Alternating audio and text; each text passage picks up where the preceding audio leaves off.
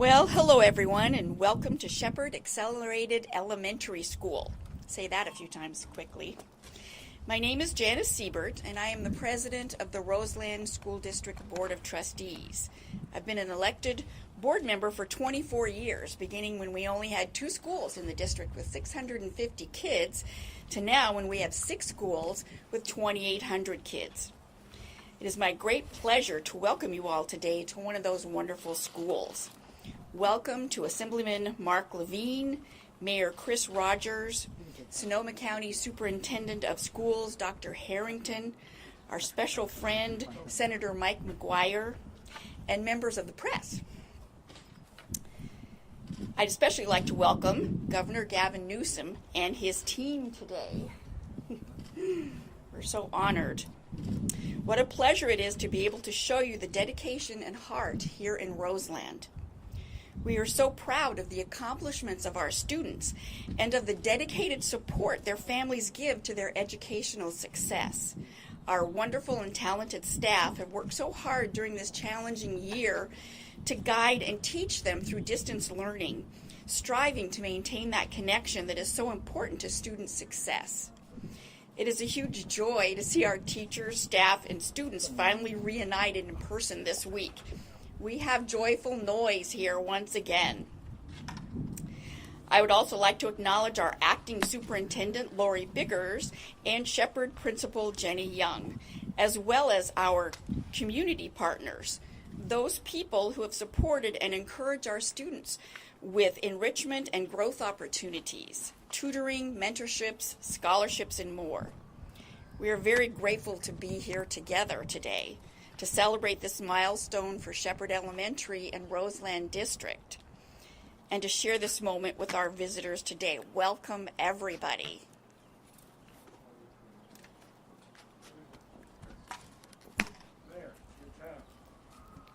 All right, thank you so much. My name's Chris Rogers. I'm the mayor for the city of Santa Rosa.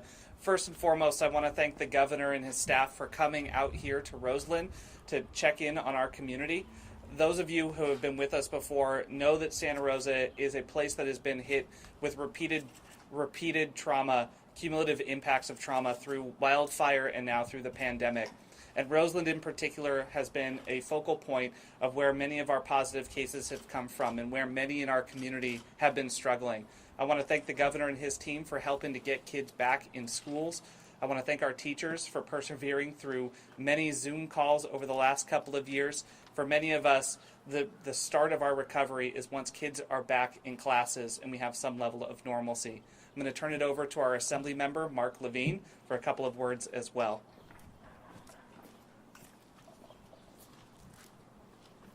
Thank you very much, Mayor Rogers. Thank you to the principal here at Shepherd Elementary, their superintendent here for the school district. Thank you to Governor Newsom for your leadership, for really putting a stake in the ground, saying we need to have students in the classroom this year. You think about society and the health of society, and you think about 2 things, particularly as a parent. I've got a 6th grader and an 8th grader. You want your children to be healthy, and this has been a year where you've really cherished health, and you want your children to get a great education. And I think what we're seeing here at Shepherd Elementary, that kids are able to get both, that we can follow safety precautions and safety protocols, keep our children safe in our schools. The science demonstrates that schools are a safe place for students and that they can get the learning they need. And I think, again, as a parent, something I care so much about, the emotional support and the mental health that we need our children to have, the social interaction that is just so important for our kids. And between my colleagues in the legislature, and again, I've got so much gratitude for Governor Newsom highlighting this issue, that we are not going to end this school year without getting our kids in school, that we're seeing this. We're day 2 at this school of kids coming back into the classroom, probably the most important thing that we've done for the 6 million children in the state of California. And this has been a great week for the work of the governor and the legislature. The governor has been crisscrossing this state, where yesterday he signed legislation on a wildfire package. And this is something that could have been signed today here too, because this community knows so much the dangers of the climate emergency that we are all facing. And so, again, a lot of gratitude to the governor, highlighting important issues to Santa Rosa and Sonoma County. Thank you, Governor Newsom. I appreciate it. Thank you, Senator Member, and thank you, Mr. Mayor, and Doctor. Thank you, Janice, for the privilege and the opportunity to be here today. It's it's a remarkable district we're in. It's a remarkable county. It's a remarkable school. This school, 95% of the school Hispanic, 95% of the school Latino students. This school represents a unique set of challenges, not only as it relates to the education of these young children, but contextually the challenges this community has faced. And that's been highlighted by the Assembly member and by the mayor. As we walked in, Doctor reminded all of us of the trauma and the impact of these wildfires in this region and the impact they've had in this community, as well as the children here at this particular school. But of course, this last year has been particularly challenging, not only the children themselves, but their family members, and of course, the entire school community. And so I just want to acknowledge that trauma. I want to acknowledge the challenge that each and every one of those families have faced over the course of the last year, and the challenges in decision making that those parents have to decide to send their kids back in person to be educated. We value in-person education. I think universally we value in-person education, but one has to acknowledge the anxiety that many of the parents are feeling, many of the children are feeling, many of our leaders in school communities are feeling about preparing for in-person instruction, particularly as we deal with mutations of this virus, as we deal with many different variants that have taken shape all across the United States, not least of which here in the state of California, and as we continue to battle this deadly disease in this pandemic. This disease has not taken the summer off. It will not take the summer off. It didn't take spring break off. It didn't take Easter weekend off. It remains as deadly as it's ever been. That said, it's a race with the vaccines, and it's a race to continue with all the non-pharmaceutical interventions that have mitigated the spread of this disease that lays claim to this status now for California. 23 plus million doses of vaccines have been administered in this state. That's larger than all but 6 nations in the world. We lead the nation this last week in terms of the lowest positivity rate in America, among the lowest case rates in America. We are making tremendous progress, but we're not there yet. Mission is not yet accomplished. And we cannot put down our guard. We can't take off our mask. We need to be mindful, and we need to be stubborn about the safety interventions and health interventions that are essential to sustainably getting our kids back into in-person instruction, not least of which here in this remarkable school. And so I'm here in that spirit, sober, mindful of the moment we're in. By no stretch of the imagination have we turned the page and now think this is behind us. And so we march into this extended opportunity to get our kids back in in-person instruction, looking anew at the school calendar, looking anew at our approaches to intervention and learning loss, though the phrase learning loss is questionable because in order to lose something, you have to have gained something. At the end of the day, it's really not learning loss. It's the unfinished learning that needs to be done in person that we really need to tackle with intensive and comprehensive interventions over the course of the next number of weeks through the end of this school year. And then, of course, extending into the summer where we provide the summer enrichment and summer school opportunities that are essential to get our kids back up, not just academically, but as the Assemblyman was saying, the incredible importance, the imperative of addressing the emotional needs of our kids. So much of school is not just hard academic education. It's about socializing. It's about connecting in an emotional way to others. It's about the relationships that are being formed. So we talk about social emotional learning. That's foundational, and that's a principle in terms of our efforts to get our kids back into in-person instruction. There's simply no substitute for that enrichment that comes from being in school, being with trusted friends, as well as extraordinary leaders, particularly our teachers, but also all our classified employees. And let me just acknowledge the teachers. There's no greater messenger in terms of building trust that schools can safely reopen sustainably than one's own teacher. And so I just want to acknowledge the incredible work that's being done every single day, has been done over the course of the last school year by our teachers under challenging, incredibly difficult circumstances, and the work that now needs to be done as we get our kids back into school to work through this trauma, to work through this anxiety, to work through the emotional challenges. I can't even imagine, and Dennis, principals here and others, what it must be like yesterday when kids were being dropped off, and parents probably had a lot of questions. And just that whole process of dropping off a kid, and then that experience and expression when the kid's back home. This is a challenging transition, but we're finally at that point. 9,000+ schools as of last month of our 11,000 schools in the state have firmly either reopened for in-person instruction or have announced a date for in-person instruction. Every single day, hundreds of schools are reopening. Proof point, San Diego this week. Proof point, San Francisco this week. Proof point, the largest school district in the state of California, second largest in America, Los Angeles, opening hundreds of schools in their communities. We can do this, and we must do it. And we must do it sustainably, and we must prepare now for full in-person instruction come this next school year. That's foundational, and that's principle. That said, in order to do that, we have to prove, not assert. Prove that we can safely do this, prove that we can continue the progress we made after we prioritized our teachers and classified employees to get vaccinated, that we finished that job, to prove, not just assert, that we can test our kids. That's why we provided 3 million antigen tests. That's why we partnered with our own state lab. No state in America doing more on the testing front than the state of California, with our own state lab, Valencia Labs, in partnership with our school system. We have teams of folks, strike teams, that are safety teams, that develop strategies and interventions and supports, technical and otherwise, both from the state and the county, as well as the local levels. Partnerships on issues related to outbreaks, new data requirements, more transparency, a new Safe Schools Hub. And I encourage you, all the parents, community leaders, those that want to know what's going on in their community, go to schools.covid19.ca.gov.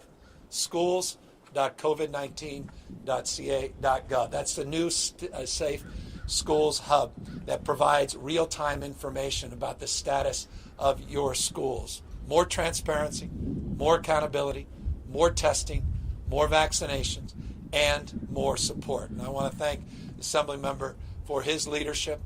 This legislature providing $6.6 billion to address the needs of intensifying our interventions, providing more tutoring, providing more supports, and providing the flexibility, recognizing one size does not fit all. The unique challenges in this particular school are distinctive from even other schools in the district. And so we wanted to provide that support and that flexibility, $6.6 billion to address those needs. Might be physical, might be PPE related, though we did provide 3 months, the state, of free PPE. But we might want to do more. We have the tools now, the technology, providing those Chromebooks. This school has already done that. And I want to applaud this school in particular for providing Chromebooks for every one of their kids. But we still have hotspot issues. We still have quality download speed issues. So there's still work remaining there. Whatever the needs are, whatever those gaps are, we have provided that $6.6 billion to address those gaps, those needs, with the kind of flexibility that each school, not just each district and each county and each community in this state, deserve. We also are providing a historic level of funding for K through 12 education this year. Historic, without precedent. Not only on the Prop 98 side, but an unprecedented amount of support from the federal government, including an additional $15.3 billion. $15.3 billion that comes from the $1.9 trillion new stimulus program. So the schools have never been more resourced, and with a resourceful mindset, we have the capacity to finish the job to get all of our kids safely back into in-person instruction at the same time, and I'll close with this, at the same time recognizing, as I began, I end, the unique challenge, particularly in our diverse communities, and let me be more specific, particularly in the Latino community in California. And those parents that have experienced the worst of this pandemic, and that unique trauma and that unique anxiety as it relates to reopening schools presents a challenge, and we must acknowledge that, we must address that, and we must be sensitive to the needs of those parents in particular and those children in particular. And that's why we do provide an option for those children, for those parents, where we continue to provide that hybrid model or provide that instruction online and supports offline in order to give them the confidence to rebuild a framework of support for getting their kids back safely into schools as well. And so that's a broad overview of where we are. I'm a parent of 4 young kids. The oldest just turned 11. There are few things more important to me than the quality of their education and their unique experience. And again, this is not unique to me.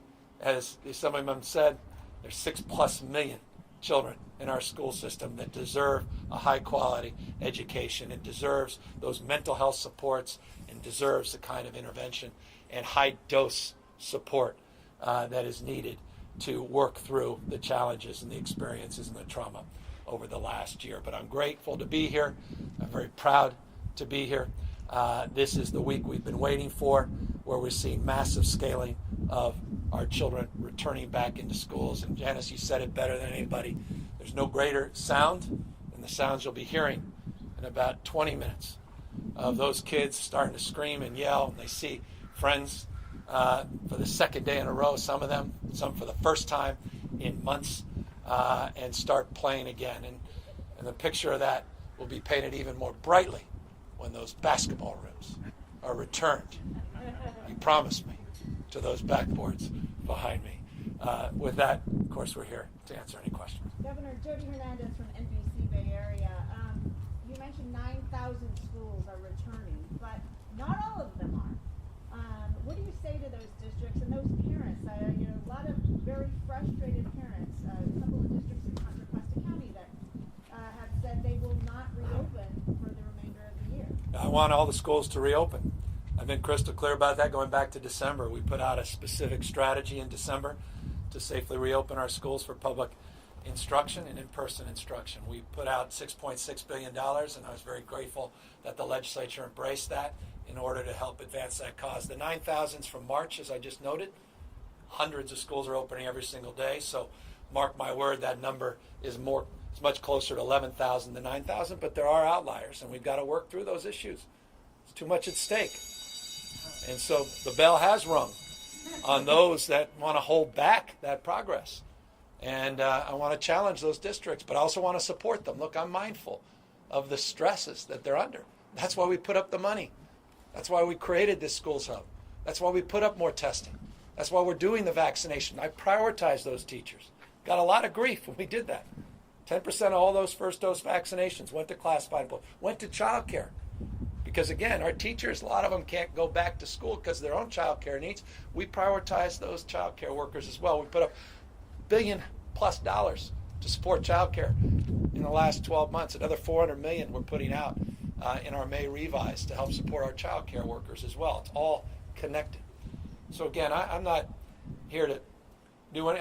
I guess what I'm saying is I don't have a closed fist on this. I have an open hand, but I hope they have an open heart, because the consequences of delay are profound, particularly for our diverse communities. And if they need more, let me know what more you need. This is real money we're putting up. Money's not an object now. It's an excuse. Again, I said resources and a resourceful mindset. That resourceful mindset is needed at this moment. It's alive and well here at this school. You walk around, you see that resourcefulness. Folks that are committed, not interested in getting their kids safely back in in-person instruction, and made it clear to me they're looking forward to seeing them back 5 days a week fully in just a few months.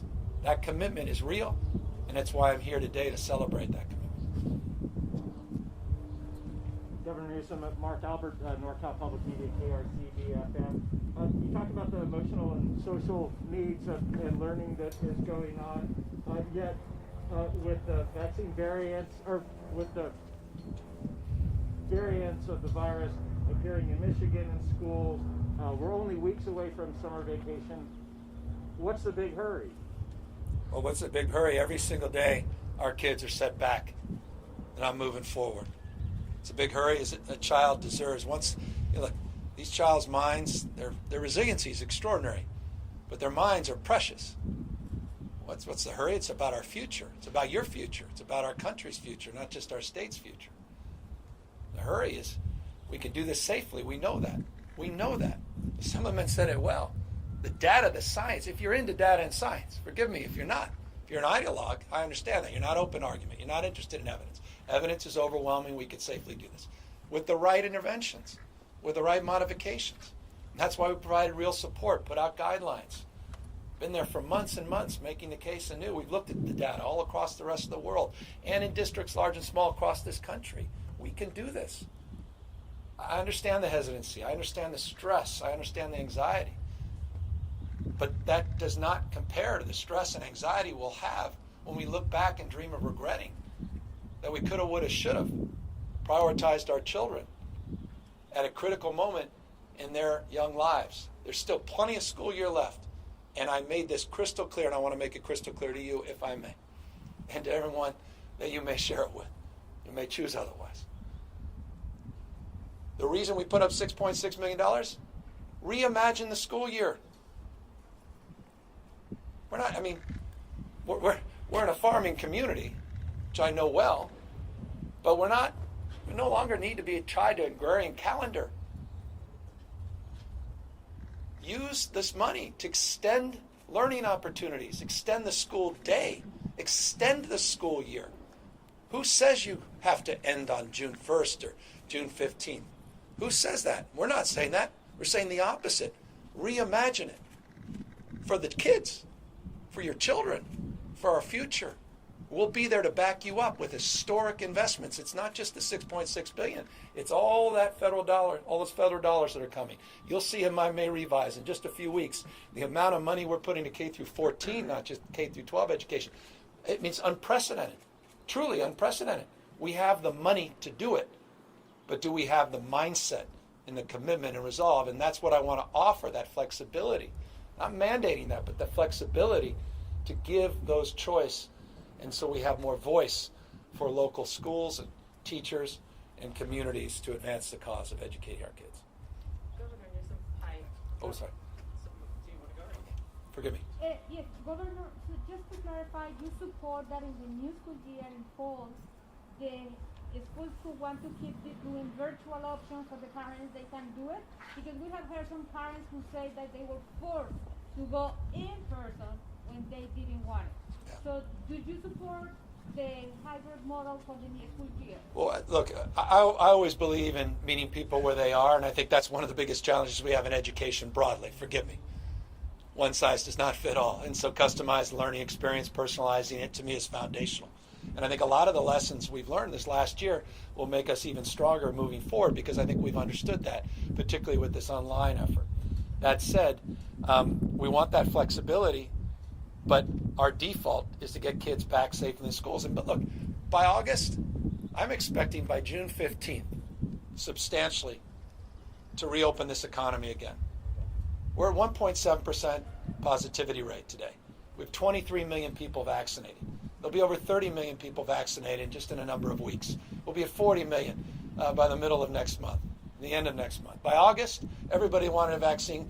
We'll have had a chance to have a vaccine, and we'll have many different choices of which vaccine. So I would expect and anticipate that the anxiety will give way to some new reality by August, and that will be an exception. And I think you always accommodate, but to me that's an extreme exception, and I expect all our kids to be back. That's what I expect, with caveats, always, with caveats. Expect our kids back safely in person instruction in the fall. Governor, can you mandate that schools give the option to, I mean, some schools... There's a very decentralized system. California is the size of 21 states population combined. I say that all the time, but I do it to impress upon you the complexity of governance in a state as large as ours. There's no other system of public education in the United States like this system. As a consequence, you have independently elected school boards, county, local. You have a lot of voice, and you have a lot of flexibility. It's designed into the system. And so mandates are often not looked upon as favorably as you would like to think. That said, we anticipate and expect our kids back safely in-person instruction this fall, and you'll be hearing more about that in the upcoming weeks and months, and we'll be working with Assemblymember and his colleagues to advance that cause in more formal ways, but with the spirit that defines our system of governance well intact. Try again. Excuse me. Hi, okay, like with the press Yeah, Democrat. forgive me. I just wanted to ask, because we started talking a little bit about next year, and part of that conversation locally has involved junior colleges and community colleges. Santa Rosa Junior College came out last week with a plan to stay largely remote. I talked to the president. He mentioned a lot of uncertainty about that timeline that we've been referencing here about vaccinations. I was just curious what you would say to folks who maybe have to plan a little bit further. Well, look, I love the question. I'm processing as he answers. I understand the uncertainty because we've been in this mindset for a year. But maybe I see a different future than some are seeing. I see a much brighter future, and I see it happening sooner than people expect. And I think that's the shift. There's an old adage, once a mind is stretched, it never goes back to its original form. By the way, that's what I love about this school, with this college-going culture for these young kids. I love that. My mind has been stretched in this context. There's a bright light at the end of this tunnel. We're seeing it with the vaccine rates. We're seeing it with the positivity rates. We're seeing it across this country. Variants aside, we have 1,097 UK variants. It's not Michigan. We're not Florida. I admit and acknowledge it's a race against the variants. In fact, the UK variant aside, the biggest variant for us is the West Coast variant. There are two. There's over 12,500 that we've sequenced. That's, to me, more relevant to California's unique conditions, but we are mindful when you're 11,000 or almost 1,100 UK variants that we have to keep on top of that, and we are. So one thing I know about this pandemic is, and I've said this 100 times, I'll repeat it probably till I say it 1,000. One word to describe the last year is humility. And the J&J announcement yesterday is a perfect example of that. When you're moving with expectation and then new challenge, new roadblock presents itself. So we're always mindful of that. But I really believe that in a few months, not only we're going to reach that June 15th deadline, where you're going to be back to some semblance of normalcy, but by this fall, once again, that bell will have rung, and I expect people enthusiastically will be making their way into community colleges, our CSUs and UCs and private universities, as well as our K-12 system. About two more with Matt. Governor Matt Boone with KGO TV. Different topic, but just north of here, the town of Windsor is going through some turmoil. The mayor, Dominic Popoli, accused of sexual assault. Do you think he should resign? I literally know nothing about it, and I don't say that lightly. First I've heard of it. Maybe I'll ask Santa Rosa Mayor more about it on the way out. Forgive me. Yeah. Governor Emily Mulholland with PRA. Yeah. On the topic of the state's water crisis, what steps and actions is your office taking, and do you plan to declare an emergency? Well, we'll declare an emergency if it's necessary. We've made significant adjustments, and we made a number of announcements over the course of the last number of weeks. Yesterday, last week included, yesterday in Butte County, Fresno County, the week prior, about some of the organizing that we've been doing for a number of months in anticipation of drought conditions. We have not made the determination of whether or not this is a drought emergency. That comes with emergency authority that not everyone may want to vest in one individual, but it also comes with obligations that everybody also needs to be mindful of in terms of potential impacts. So we're assessing all of that, but unquestionably, second year drought conditions. I have leading our charge, the person that led the efforts for the previous administration, the Brown administration. We've already drafted executive orders. We've already organized an internal strike team. We've already notified hundreds of water users, going back weeks, the Department of Water Resources, about pending conditions. That was codified in the annual survey, the snowpack survey, at 59% on April 1st. And we are in real time working with the Biden administration, and I want to reinforce why that's important. We've never had a relationship, at least I have not had the privilege of this relationship over the last 2 years with the federal government that we do today to look at flexibilities, because the federal government plays a huge and outsized role in terms of water policy and water allocation, also pending litigation. And so we're also working in real time through some of those issues, including conversation directly with the Interior Secretary 2 days ago. So in the days and weeks, we'll be making additional announcements, very mindful of the growing anxiety around water. All right, thank you, everybody. Thank you all.